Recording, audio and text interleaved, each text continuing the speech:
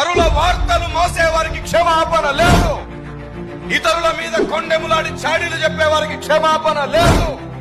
ఎవరి వ్యక్తిగత విషయాలను ఇంకొకరికి చెప్పడానికి లేదు. అది తప్పు. ఈ రోజు నువ్వు ఒకరి గురించి చెప్పావు, వాడో 1000 మందికి చెప్తాడు. కానీ ఈ వ్యక్తి ఎప్పుడో మారు మనసు పొంది దేవుని దగ్గర క్షమాపణ అడుగుంటాడు. దేవుడి తన్ని ఎప్పుడో క్షమించుంటాడు. కానీ నువ్వు వెలిగించిన వెలుగు, ఈ మంటుంది చూసావు, ఈ వార్త, ఇది మాత్రం 1000 మంది కాస్త 10,000 మందికి చేరుతుంది. ఇతను ఎప్పుడో మారిపోతాడు. కానీ నువ్వు చెప్పిన చెప్పుడు మాటలు మాత్రం పాకుతూ వెళ్లిపోతూనే ఉంటాయి. అందుకే ఈ నాలుక ప్రకృతి చక్రమునకు ఏం పెడుతుందంట? చిచ్చు పెడుతుంది. ఎవరైనా తప్పు చేసినట్లు నీకు కనబడితే ఆ వ్యక్తిని తిరిగి నిలవబెట్టడం నీ బాధ్యత.